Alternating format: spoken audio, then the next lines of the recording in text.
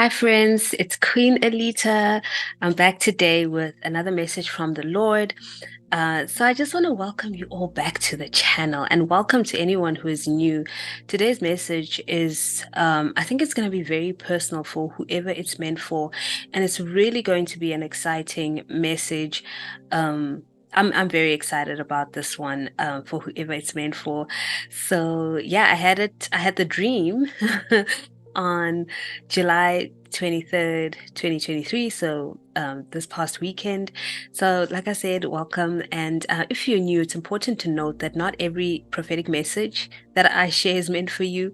So please, please, please take it back to the Lord. If it resonates in your spirit and you want to run with it, but you're not sure, ask Him to confirm this to you, that He's speaking to you about this particular matter. It's important that you have a relationship with the Lord. That's the most important relationship you'll ever have. So just make sure you have that going for you, that you're able to hear his voice.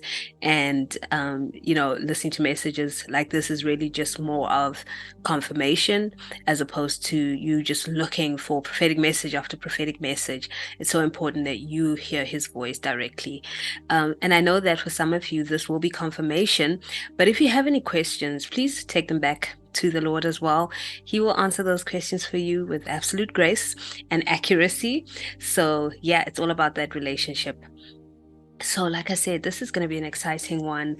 Okay, let me share how the Lord has just brought this message about. So, I've had a series of dreams that have identical symbolism and just very identical things happening, with just few variations. And I'm not going to share all the dreams here because this will probably be an hour long if I do that, because of how much detail was in each dream. But I had the first two dreams. I think this is based on three, possibly four dreams, but the three dreams that have exactly the same symbols in them, maybe with other things added, to each dream that was different to each one, but very key things that were very similar. Um, I had one in March of, I think it was March 22nd, 2022, and I think the one before that, no, sorry, I had one in February. It was February, and I think it was February 6th, yes. And that was 2022. And then May 22nd, 2022. And then I had one July 23rd, 2023. And when I had this dream, when I woke up from the dream I had a few days ago, I immediately thought of the other two dreams. And I had been asking myself what those dreams were referring to. And I wasn't sure. I thought I knew. I was just like guessing. And I thought, the Lord will make it clear to me eventually. Um, and he really did, like, he really ministered to me. And the reason I had the third dream was to show me that what God had been revealing to me in the first two dreams was taken care of.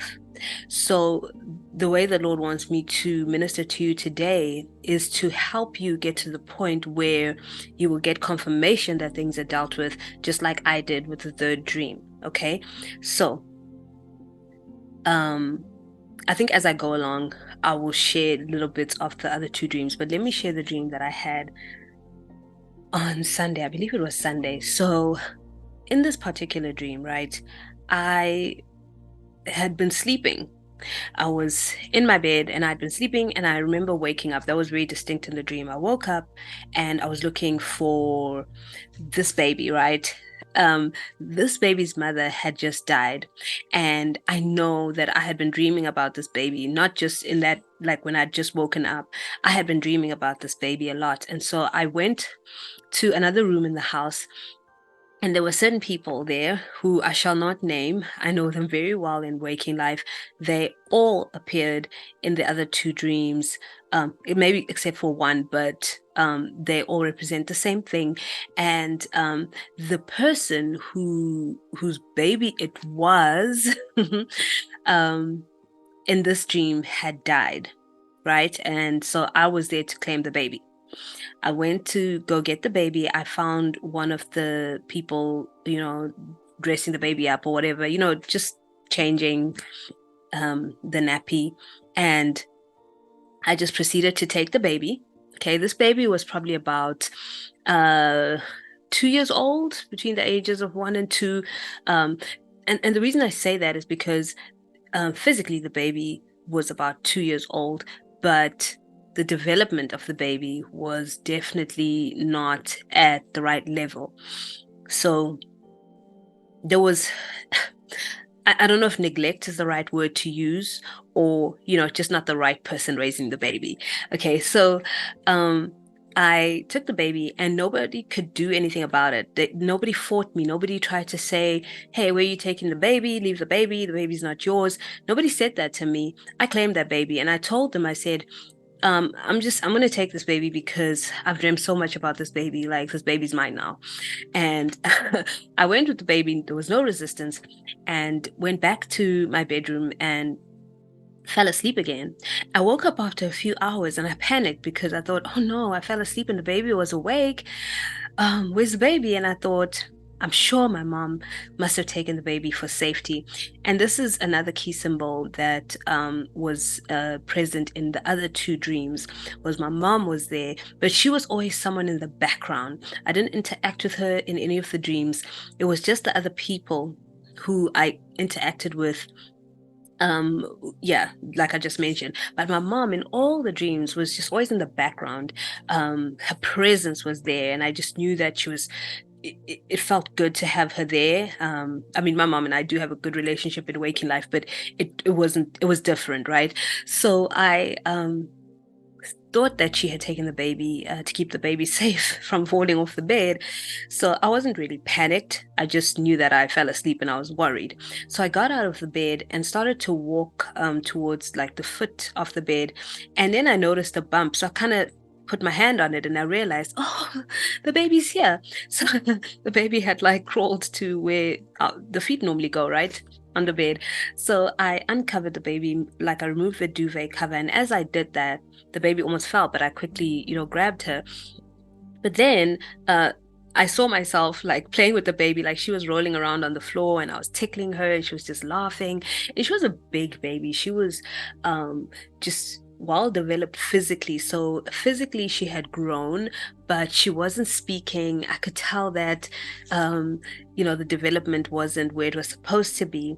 And when I picked her up from the floor after tickling her and playing with her, I started to think about the woman who had died, who had been the baby's mother. And I started to think about the other babies that she had left behind.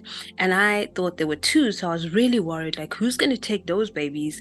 And then I corrected myself and I was like, oh no, it's just one. So I was relieved and the dream ended as I was thinking about that. So that was the dream that I had this weekend. And in the other two dreams, this person who had died was very much alive in the other two dreams. In the first dream, the scene was such that they had the baby in the car, this particular person and everybody else that was in the dream that I just mentioned. And I remember this woman screaming, but she was younger in that dream, and she just screamed so loud. And I just remember thinking, I need to get my baby out of the car. So in that first dream, I was certain that was my baby. I had no doubt that they had my baby that I had given birth to. And I remember just when she screamed, like it was like, I don't know, it was like the kind of scream that it just raises all the alarms. And the baby started to cry and I was like, I'm going to get my baby.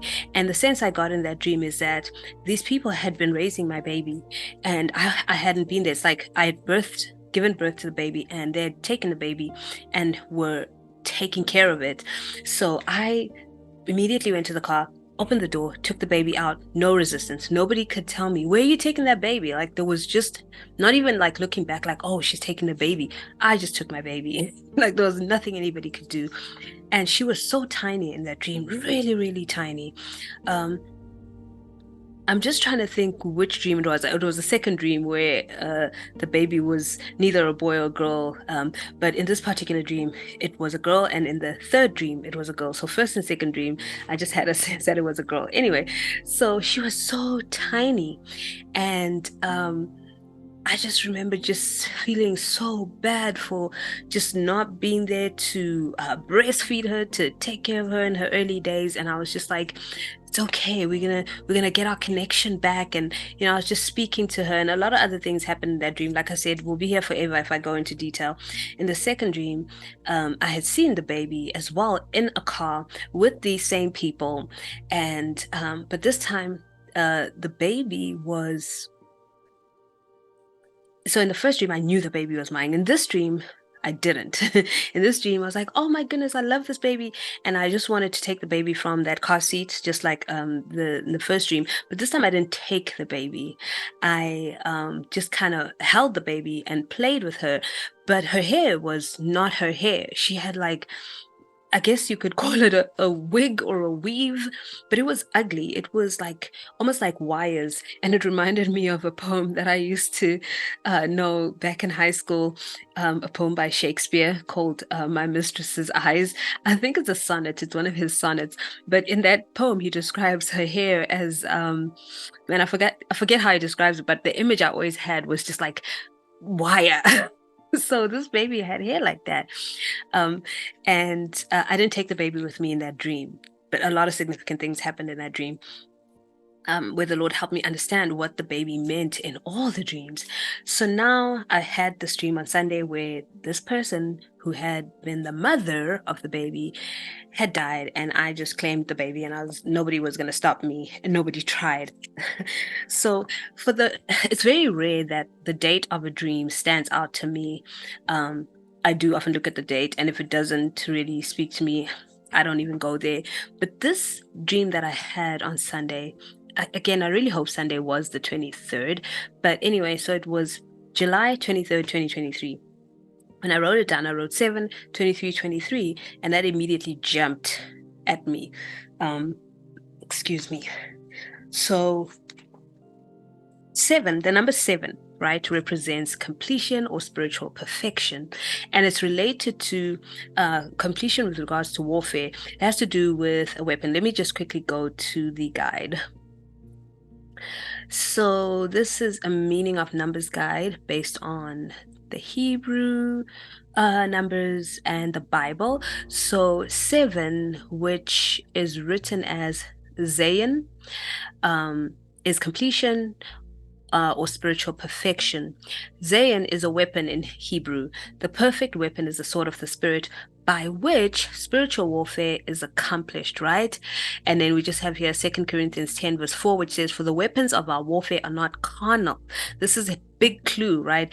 There are other numbers that allude to completion, like number 3. The number 3 has to do with completion with regards to promotion and exaltation. But number 7 really has to do with that weapon, which is the sword of the Spirit, and is linked to spiritual warfare being accomplished, right? So that is very key. And the number 23, let's just quickly go there. Quick shortcut. 23.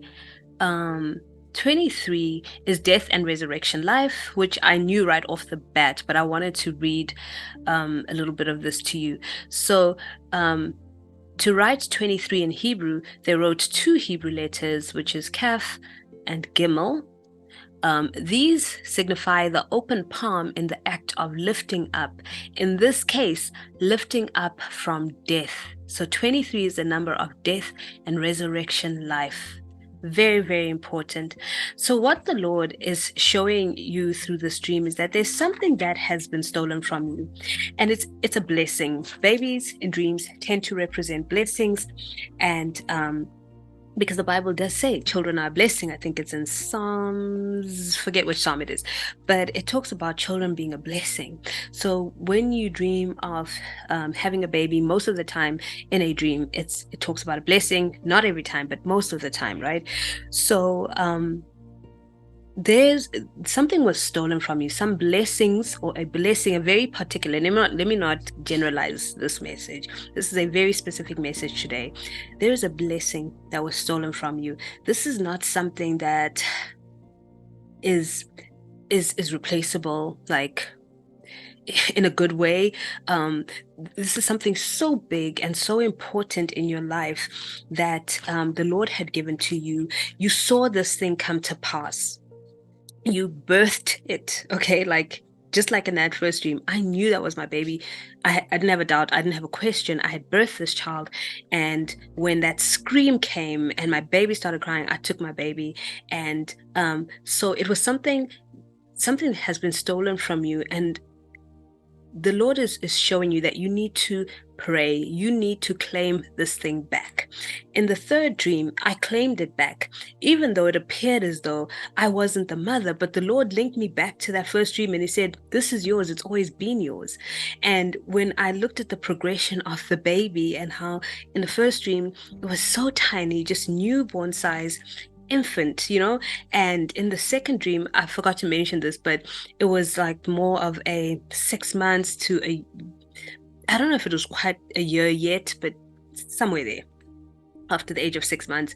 And in that third dream, she was about 2 years old, but she hadn't developed. And the reason why she hadn't developed is because there was a disconnection. You were disconnected from your blessing. It was stolen from you, and it was not going to flourish in the right way without you. It progressed in terms of years. So the years may have gone by, the time may have gone by, and that is evident. So the baby's age just represents the amount of time going by, but it has not developed because it was stolen from you and traded, almost traded in the spirit, and the blessing was put on somebody else. So this was a stolen blessing. Now, if any of you understand how witchcraft works, it is just pure evil, pure wickedness. There are some practices out there that are designed to steal from you. And unfortunately, a lot of churches don't teach these things in depth, but the spiritual realm is so real and it's so busy and so active. Like, things are constantly happening. And if we're not sober and if we're not vigilant, we will find ourselves really just losing out on some things. But the beauty of when the enemy steals from us is that the Lord has a solution to restore it. There's a plan to restore it, but we have to come into alignment with Him. We have to line up with understanding that something was stolen. Because by the third dream, it was like I didn't even recognize that this was really mine. I woke up and I had been dreaming about this baby. And when I was listening to the dream and I said I woke up, I just heard the Lord saying, you finally woke up. Like, you finally understand. And so I've been in a lot of spiritual warfare lately, just dealing with everything that the enemy has stolen from me, okay? Like, everything. And when I had this dream, I knew that what I had been praying for was restored. And I wanted to come from that angle, but the Lord said, no, I need to share this message from an angle of those of you who are sitting and you've lost something. Some things have been taken from you that were so precious that God gave you. This was a God ordained thing. And somehow it came to an end, or there was a disconnection of some sort. And the Lord wants you to understand that you need to take up your weapons. There is a war that needs to be fought, and He's already given you victory. You just need to claim it back. Claim back what was stolen from you. The Lord wants you to take a look around you. For me in particular, He had to point me, like the people that were in my dream were consistent throughout the dreams. And He said to me, there are certain areas that they're flourishing in and they shouldn't be, because they've gone to consult with witch doctors or whatever you call them, where you're at, in order to have that blessing upon them. And unfortunately, because Satan cannot create anything, they steal blessings from other people to put them on whoever they're consulting with. And when I say they, I mean the witches and the sorcerers. They steal those blessings. And obviously, from my understanding, from what I've learned, like I've learned so much about what happens in these witchcraft circles, and it is just mind-boggling. I cannot believe that people actually go to these lengths, but it's all spiritual, right? But what I've learned is that if you go and see a witch doctor and you tell them what you want, they will make you sacrifice something, or choose a family member, somebody to steal their destiny from, whatever the case might be. I don't know the full intricacies of these things, but I have a basic idea. I didn't want to study this thing until I knew it inside out. It was just certain things God was showing me, and I wanted my focus to always be on Jesus and not on what the enemy's not too much on the enemy, but also understanding that there are things that he does that we are not taught in church. So it's just been an amazing learning curve for me. And so when you see people flourishing as a result of them stealing your blessing in the spirit, you'll see it because it's manifested in the natural. And the Lord may give you insight into how they got their so-called blessing. And so basically, when you see that happening, the Lord is saying, sit down and question why. It's kind of like the thing that he promised you, the thing that he gave you. You birthed it, this thing. You saw it come to pass, and then it was snatched away. It was gone. And others around you are flourishing in those areas. Ask yourself why, and begin to just take that to the Lord. Don't just assume just because you see them flourishing that they must have done witchcraft.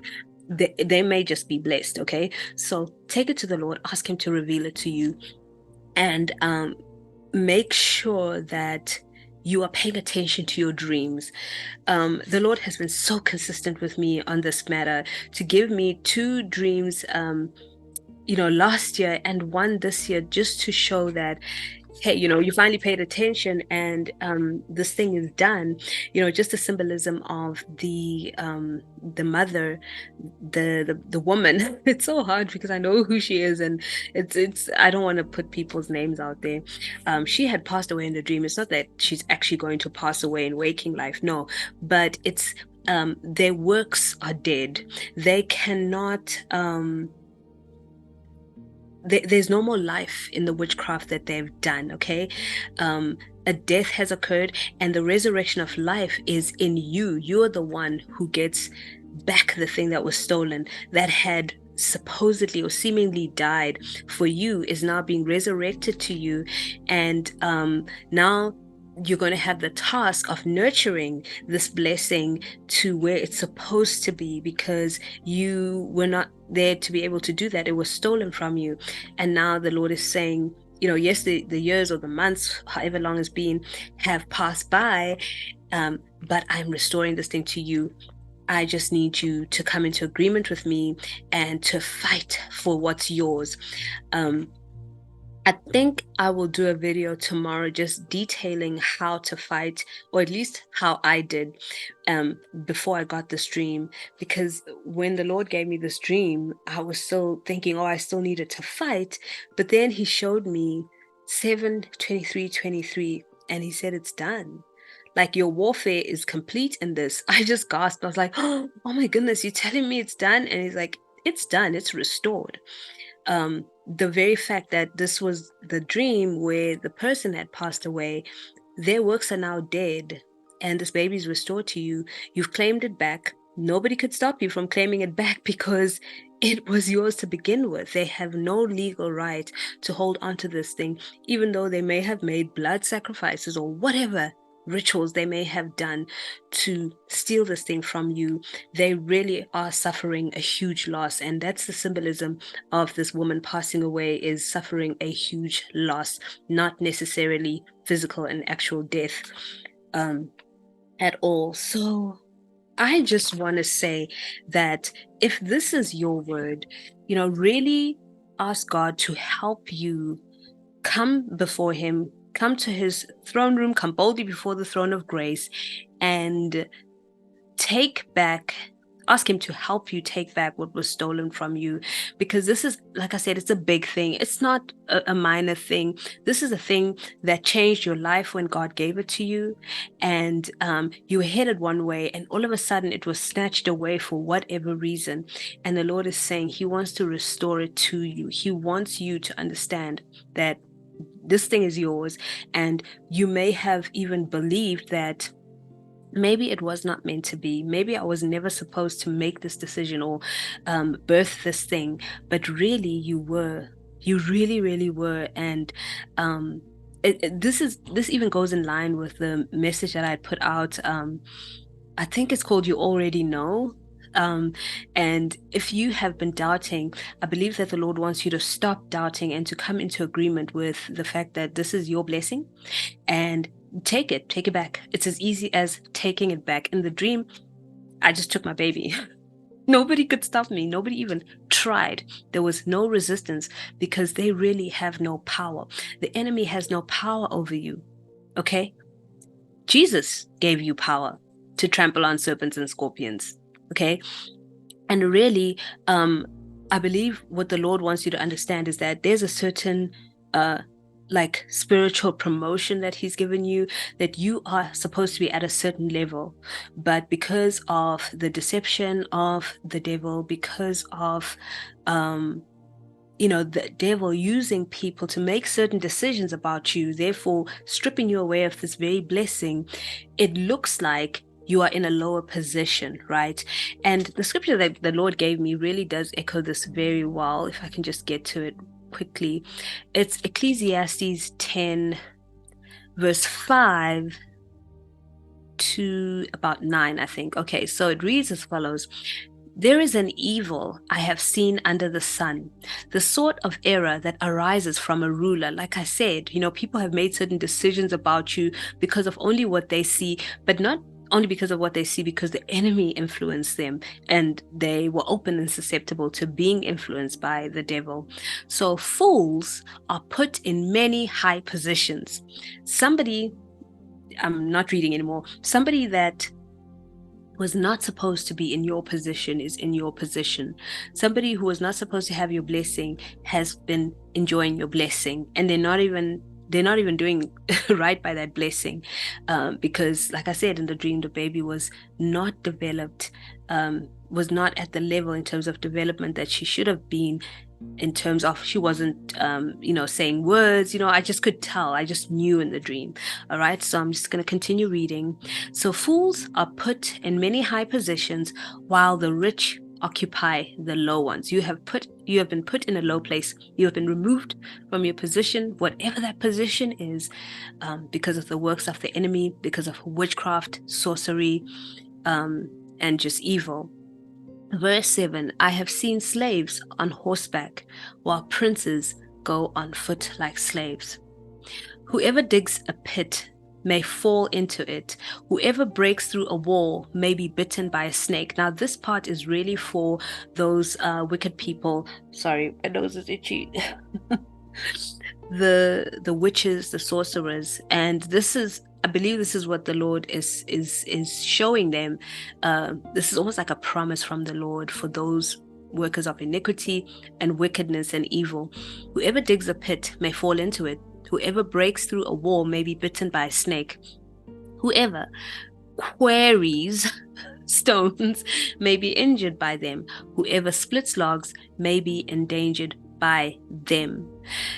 I love this passage of scripture, because the Lord is saying that even though this has happened to you, he is going to deal with the wicked people. He's going to deal with the witches and people that engage in witchcraft, that have come against you. But he needs you to take your authority. He needs you to go into like full-on war with the enemy to take back what is yours. And like I said, I think I'm feeling led to do a video on just how to pray, how to do it, for those of you who may need more detail. In fact, let me know if you need that video, and I can just share how the Lord led me until the point where I got this dream. And I'm just so grateful that the Lord gave me this dream. And I really pray that you would experience the same joy that I feel, and just experience some awesome testimonies. Please do share them when things change for you and the Lord has restored what was stolen from you. So that's the word for today. I pray that it's blessed whoever it's for, and I will see you in the next video. Always remember that God is a good Father. He loves you so much because you, my friends, are so deeply special to Him.